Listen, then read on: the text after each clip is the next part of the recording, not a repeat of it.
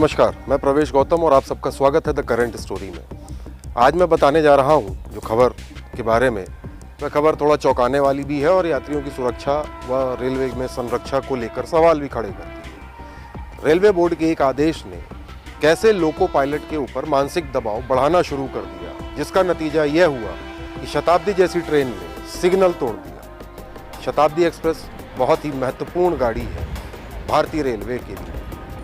उस गाड़ी के लोको पायलट द्वारा रेड सिग्नल क्रॉस कर दिया गया। कारण मानसिक दबाव। पूरी बात बताऊंगा। लगभग 2 महीने पहले रेलवे बोर्ड ने एक आदेश जारी किया था, जिस आदेश के तहत शताब्दी, राजधानी जैसी गाड़ियां, जिनमें पहले 2 लोको पायलट चलते थे यानी सीनियर लोको पायलट, अब उनमें सिर्फ एक सीनियर लोको पायलट चलेगा और उसके साथ एक असिस्टेंट लोको पायलट यानी ALP रहेगा।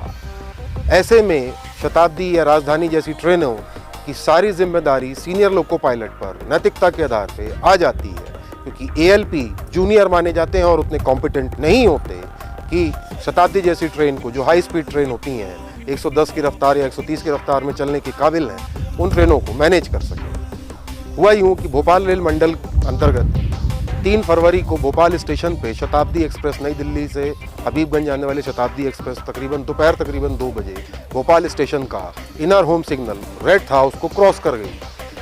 क्रॉस करना तो ठीक था, लेकिन जब वो प्लेटफॉर्म पे एंट्री हुई, ठीक उसके एंट्री के पहले ही LTT Gorakhpur express train platform छोड़ी ही थी, जिसमें PCE WCR के प्रिंसिपल चीफ इंजीनियर का RA लगा हुआ था।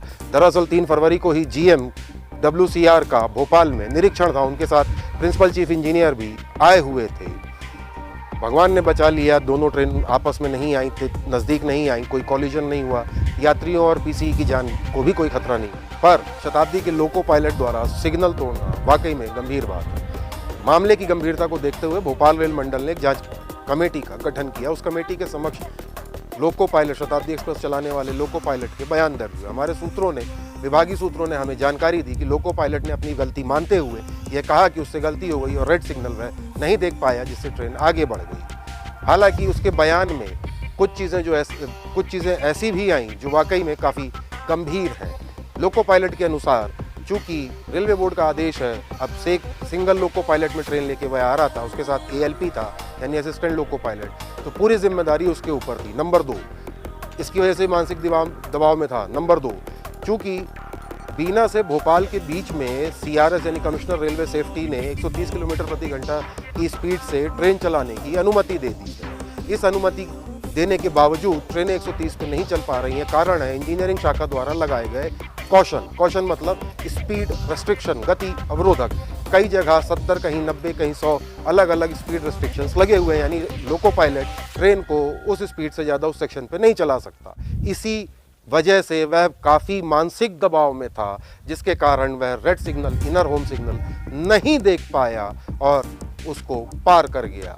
हालांकि कोई बड़ी दुर्घटना नहीं हुई है, पर शताब्दी जैसी गाड़ी के लोको पायलट द्वारा इस तरह की घटना को रेलवे काफ़ी गंभीरता से लेता है। द करंट स्टोरी को मामले से जुड़े हुए विशेषज्ञों ने बताया कि प्रारंभिक तौर पर लोको पायलट की गलती तो मानी जा सकती है, किंतु उसकी गलती के पीछे के कारणों पर भी ध्यान देना होगा।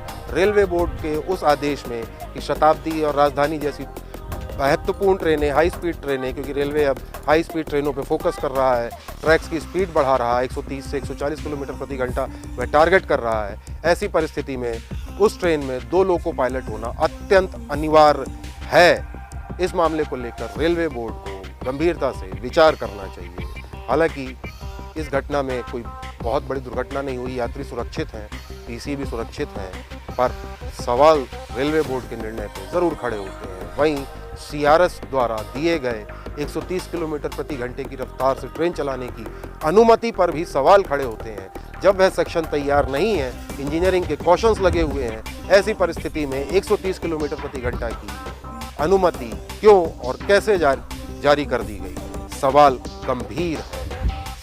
हमारा प्रयास आपको कैसा लगा हमें ज़रूर बताएं। हमारे YouTube चैनल को सब्सक्राइब करना ना भूलें, बेल आइकन को प्रेस करना भी ना भूलें। हमारी एक्सक्लूसिव खबर देखने के लिए आप हमें ट्विटर और फेसबुक में भी फॉलो कर सकते हैं। हमारे फेसबुक पेज को लाइक और फॉलो किया जा सकता है। यदि आपके पास कोई खबर है, छुपी बात है, तो हमें ज़रूर बताएं। आपका नाम गुप्त रखा जाएगा। उस खबर पे हम पूरी कोशिश करेंगे प्रसारण करने की। नमस्कार।